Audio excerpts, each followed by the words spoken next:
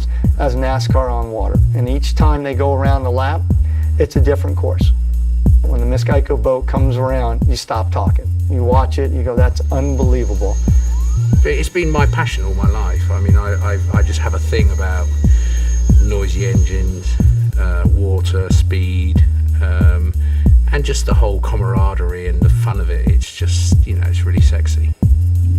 The Geico team is really special, right from the very top all the way to the truck drivers, the cleaners, the mechanics. We're all one big team, we're one big family, and throughout the year we've grown even bigger and even stronger, and there's going to be nobody out there going to beat Team Geico.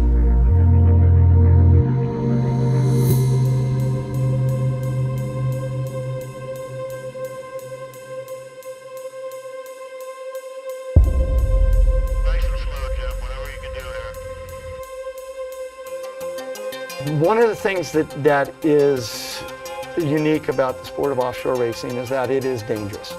Unfortunately, unlike cars that have been crash tested at 100 miles an hour or 120 miles an hour, these boats haven't.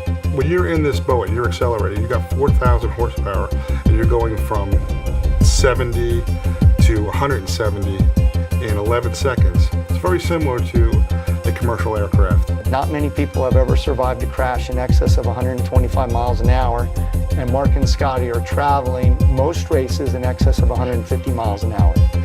Danger is there. Each guy who works on our boat knows that if they fail to tighten a bolt, or if they fail to tighten a screw, or if they overlook anything, you're putting two of our guys in jeopardy.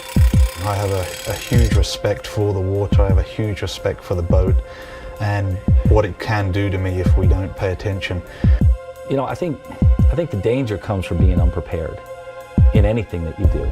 That adrenaline, when you know you're just this close to disaster, you're in control but not in control, that feeling, that adrenaline pump, it's really addictive. How many times can you look next to somebody and say, you know, I almost died with that guy.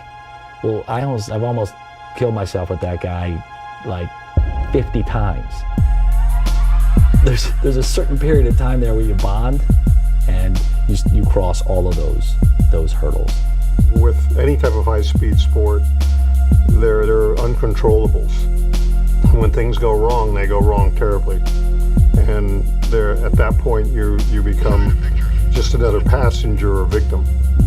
And what we want to do is we want to control that point. We want to take our racers to the edge, but we don't want them to take them over the edge. You get to a point where the safety side of the boat doesn't keep up with the speed of the boat. And it's an ever-changing evolution of safety getting advanced, boat speed coming up. The engineering is not a black science, it's a matter of numbers and figures, and you can always come out with the right answer.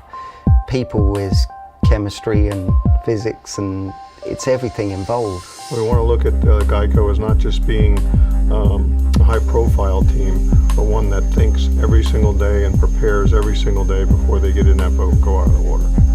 Obviously, everybody wants to go fast, everybody wants to be the fastest boat out there, the coolest boat out there, the most horsepower, the new propeller, the new gearbox, but one of the things we do really concentrate on is the safety side of things as well. It's huge.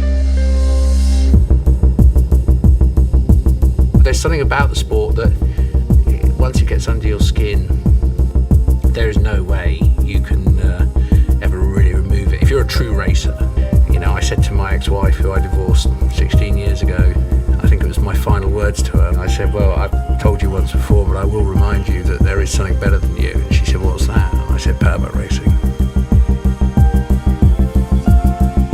The one thing I can guarantee that Team Geico, with the team it has now, with the drivers, Throtterman, in both boats, there is nobody out there going to beat us.